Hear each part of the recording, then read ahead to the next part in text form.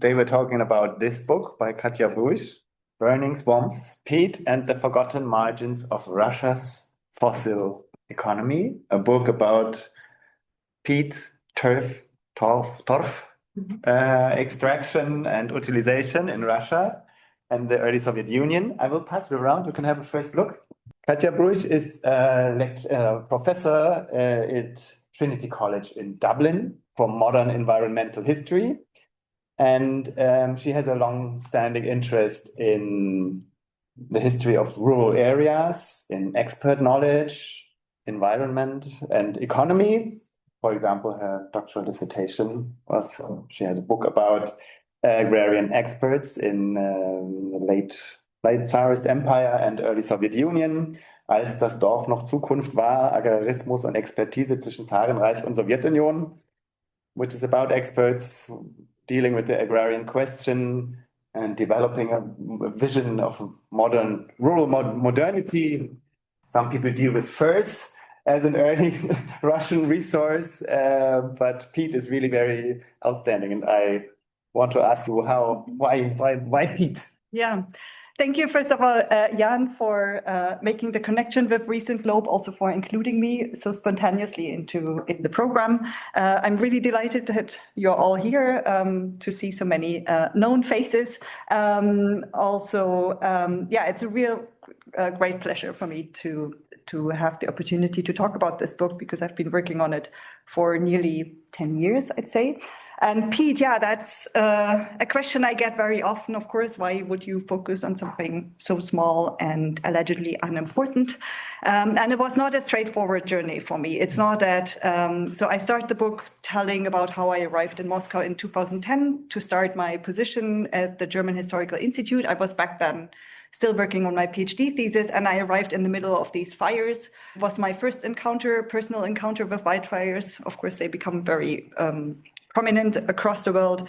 But it was a very intimidating experience because it was basically impossible to breathe for several weeks in Moscow. It was very hot. And people at the time already alluded that these fires were not just forest fires, but that they had to do something with peatlands, and that in particular the smoke of these fires originated in a region where peatlands had been drained in the past. But I had no idea what this all meant. And it's not that I immediately thought I should be starting to write a book about this. But I continuously encountered peatlands also in other contexts. For instance, in German media, I heard regularly about peatlands in the climate crisis, Moore. It's nowadays quite a prominent topic when we talk about climate change mitigation. I wanted to figure out at some point what are the connections between those two. So the peat fires I had heard about, a history of drainage, at the same time the climate emergency. And I started looking into the archives to look into the history of peat extraction. For a while, I looked into sources that were much more widely focused on peatlands as ecosystems. So I also looked at sources about the drainage of peatlands for farming and forestry. And then I realized it would be very difficult to tie this all together in a book. And at the same time, I came across the energy history literature, and I realized that peat is really absent in that literature, in that scholarship. There is some notion of peat fueling the early Dutch expansion, or the expansion of the early Dutch Empire in the early modern period. But what I encountered in my Russian materials was actually that peat was a very modern story. It was linked to the expansion of industries in the late imperial period, and then also linked to Soviet electrification. So this notion that there is no modern history of peat somehow is wrong, or was wrong, and I didn't really know where to place that case within the scholarship on energy history. Peat is often regarded as something that people use to fuel their households. For instance, I live in Ireland now. Ireland has a century-old history of people burning peat in their private stoves that goes back hundreds of years. And that's the most commonly known story, alongside this alleged exception of the Dutch period or the Dutch use in the early modern period. So I felt actually looking at Peat, we can uncover completely new histories of Russia's energy regime in the modern period, in the imperial period and in the Soviet period. I realized that we need to get away from a focus on energy that is just focused on fossil fuels as international commodities, even though these are, of course, really important questions. And the war in Ukraine, of course, has foregrounded the importance of these themes. But these histories that we have do not really tell us a lot about the regional dimensions of energy use in Russia itself. And most energy histories so far that we have about modern Russia, but also modern energy history more broadly, they cannot really explain why peat basically fueled entire industries and entire regions, and why large power plants were built in the 20th century that delivered electricity to large industries and also to cities. So yeah, that's where my focus comes. But as I said, it was not a straightforward journey for me, and it took me actually years to figure out what the focus of the book would be. So for one part, you fill the gap in the in energy history, and it connects to global history. Later to that, first, I would like to look at the region you look at. It's a regional history in a way, and maybe you can tell us more about where is this region? Yeah. How does it look like? And how do the landscapes look like? And how do they change with peat extraction? Yeah, so for that, I brought a few images just to give you a sense of what I'm talking about.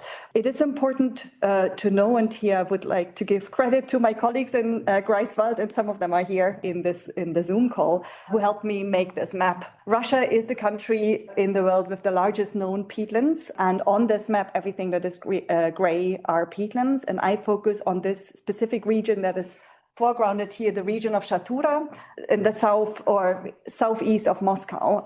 This is an area which is known for its large wetland areas. And Shatura is a small town that became really famous in the early Soviet period because a really important power plant was built there as part of Lenin's electrification campaign. And I basically focus on this region, even though I bring in cases sometimes from other important peat extracting regions. There are many more regions in Russia where peat was extracted at an industrial scale, like Yaroslavl, Vladimir, Tver, also the region of St. Petersburg, the Ural Mountains. And of course, if we take a broader perspective and look at the Soviet Union or also the Russian Empire, peat extraction was also really important in parts of the Baltic regions, especially in Estonia and Lithuania, and also in Belarus and northern Ukraine. My focus is on the central Russian region where peat extraction was most intense, and also it is a really paradigmatic region for the story that I tell here, because we have several features that come up here. There are the continuities across the 1917 revolution. Peat was extracted already in the 19th century. Therefore, especially the textile manufacturers were very involved in that. And the whole Soviet electrification story is really visible there. And then it also was the epicenter of the fires of 2010 that I encountered. What happened to this region? Here you can have a map from the late 1980s, and you can see a bit how peat as an industry, or peat extraction as an industry, has really transformed that region. So here we have the town of Shatura.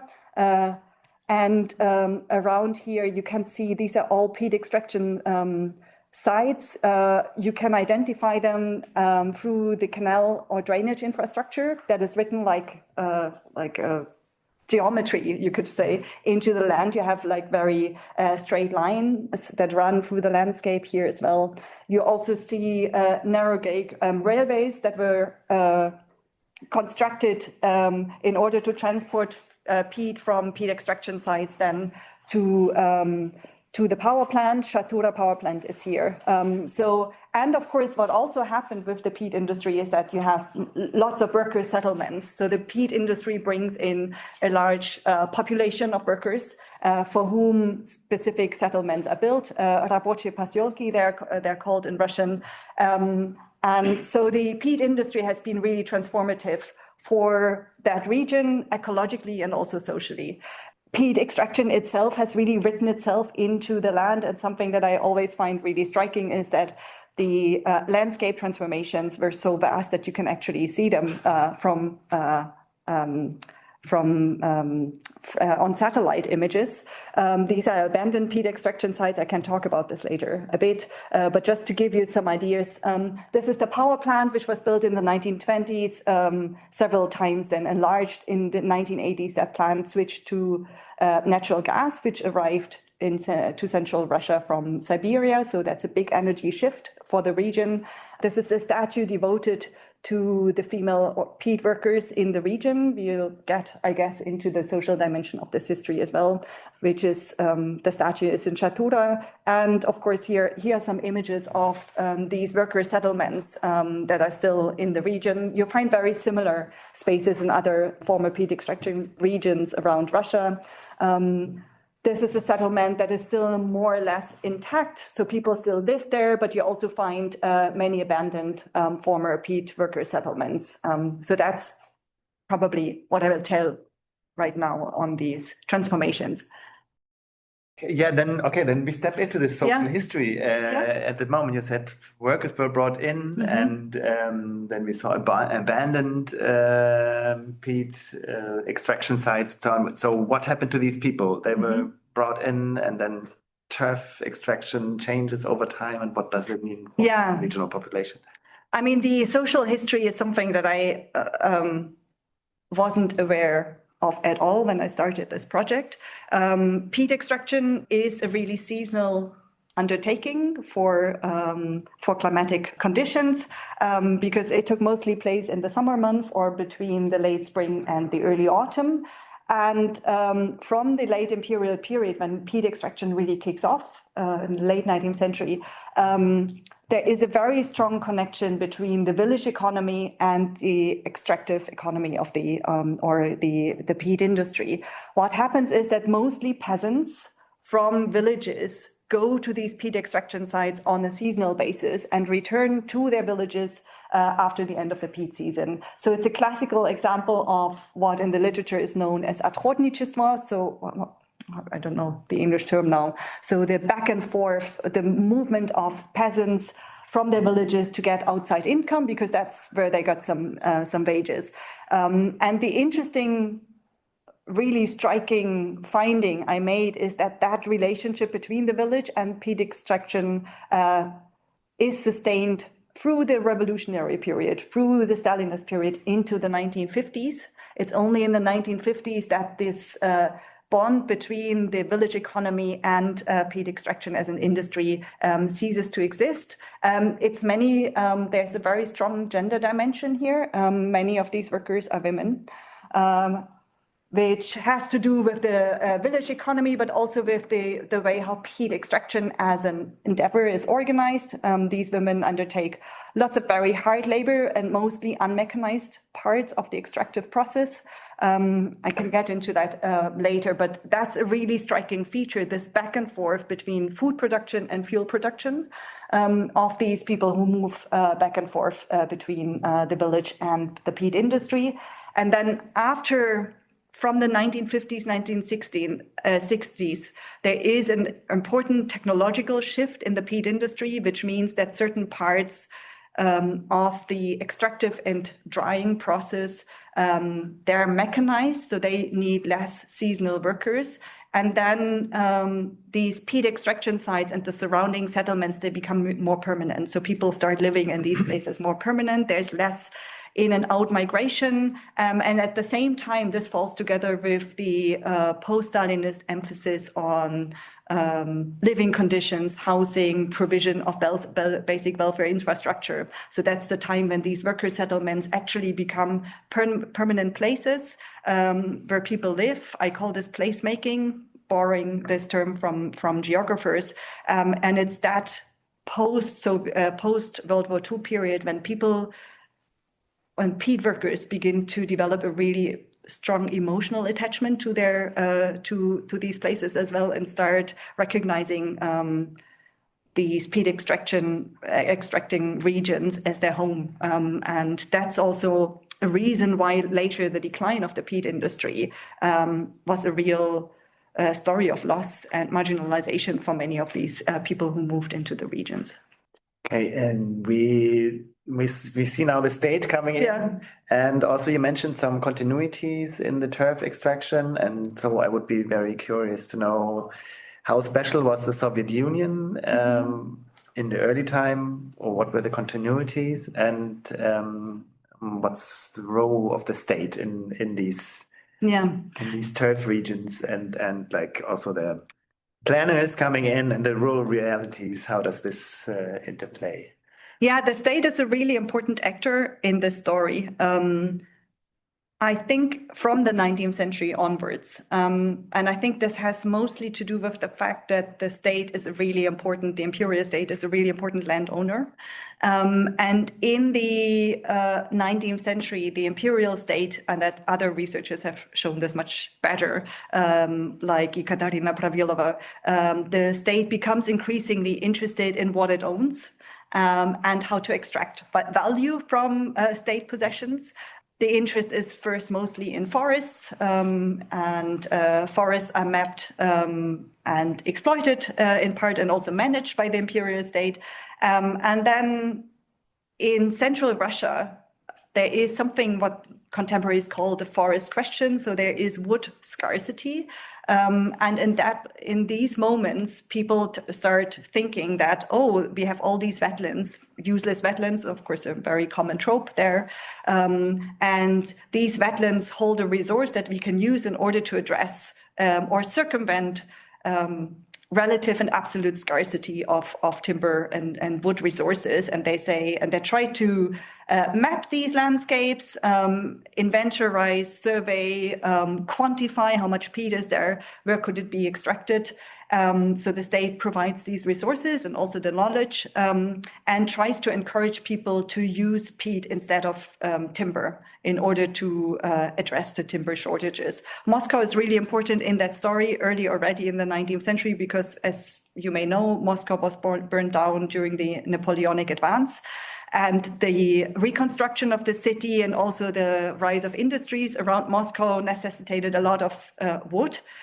So in this situation, it made a lot of sense to say, well, then do not burn wood, but use peat instead in order to heat your homes and to fuel distilleries and so on. I brought a few, I think I have, this is one of the most iconic maps that I found from the very late imperial period, was created by the Department of Agriculture, which had a special department or unit devoted to peatlands, the so-called Tarfmeisterskaya Chas. So there's the position of the turf peat master, turf master, and they have mapped peatlands quite extensively at that period. The mapping continues then in the Soviet period. The Soviet state basically continues institutionally and also even personally. Sometimes it's the same people who continue working in the administration. And what changes with the Soviet Union is the state becomes, first the state institutionalizes peat extraction as an industry and an economic sector on its own right, on its own terms, and it's also like a matter of, or becomes also part of the state bureaucracy.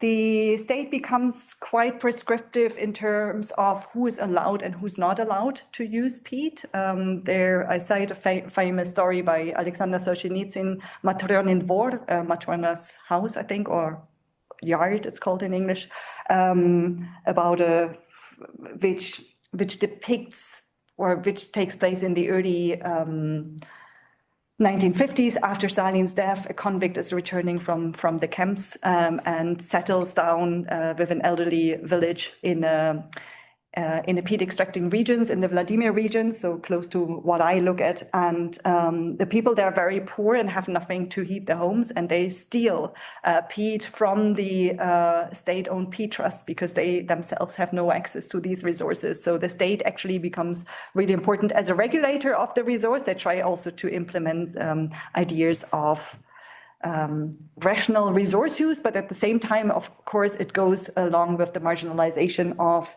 local uses of peat.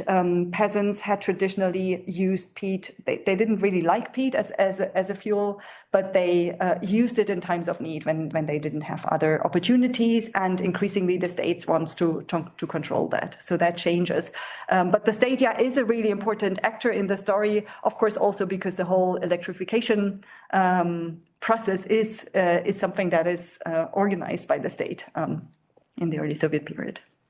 Yes, I was really fascinated by these actors, the turf master, and then later Lengostorf and Jargostorf and different. And also very entertaining is this GWZO plan, how you present it, like Lenin and Krzyżanowski, I think they present the GWZO plan with some light bubbles in Eurasia. And but then you come to a change in this energy policies, like the GWZO plan still is based on regional autarky ideas and using local fuels as peat. And then you describe this change to long distance. I would be interested. You can elaborate on that. I mean, that is a really interesting story, and I think really underexplored in, even though some people have worked on it already. The GWZO plan basically institutionalizes the idea that there should be that there should be something like energy regions that are not fully autark, of course, but that rely mostly on what they call local fuels. And peat was considered a local fuel because it was there. It was close to important urban centers and industrial centers, and that's the reason why important power plants were actually based around this resource. And they continue working for a long time, and the GWZO really shaped the energy geography of the Soviet state for decades to come. And if you look at Chatura, the power plant is still there, even though it's now running based on a different fuel. And then following the Second World War period, of course, we have the rise of oil and natural gas in the Soviet Union that comes increasingly to central Russia from distant Siberia. And that's a really important shift in the energy geography of the Soviet state because energy carriers or energy sources are brought in and transported over much longer distances. So that regionality increasingly loses in importance. And I saw some parallels to the brown coal use. Like I wrote one article about GDR brown coal experts, and one thing that is very similar is that you will not normally this resource is not refined. It's only burned in the next power station, or it can also used to be burned in households. And in many places, it's not extracted and remains in the under the surface because like other forms of coal and other energy carriers are way better. And then in the GDR, they invent special things to use it. And I don't know, how do you see, are there those parallels or is it very different? I guess you know the history of German brown coal much better than I do, but I think certainly there are these parallels. It's a very local fuel. It's also not, the energy density is not very high with peat, and I think brown coal is very similar in that regard. But it makes sense once you convert it into electricity.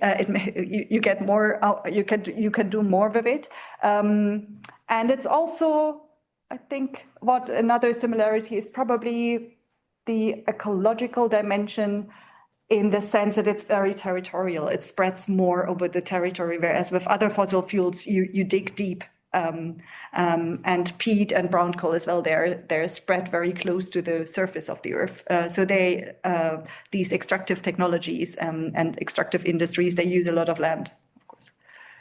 And then the after story, maybe that's the last question before we pass into the brown coal, for example, we have this very nearby, we have those lakes and so on. What happens to the peat regions? Do they still extract peat, or is that a history of the past? And how do they look like today? Yeah, it's mostly a history of the past, even though extraction neither in Russia nor in other countries has fully ceased. But peat is nowadays mostly extracted actually for horticultural products. That's why you sometimes read in garden shops, you shouldn't, or there are campaigns against potting soils that are based on peat. So for a long time, peat has been used also in gardening and horticulture. And these extractive activities are still going on, also in Russia, in some places. In part, I heard that Russia is exporting horticultural peats to China because China needs that or wants it as a growing medium. But extraction for energy has largely ceased, at least in the Russian context. There are places where it's still used, for instance, in rural regions in Ireland that are not connected to other energy sources. People use it still a lot to heat their homes. What happens to these regions after the extraction cease? So the extraction in the Shatura region, for instance, declines in the 1980s, already before the Soviet collapse, and really collapses then from the 1990s. There's very little left. And the problem in Russia, or a very peculiar problem there, is that with the transformation, the state retreats from the countryside. And we see that in many regions. The state ceases to deliver social welfare services, infrastructure is not kept up. And also these peat extraction sites, they're mostly just left to themselves.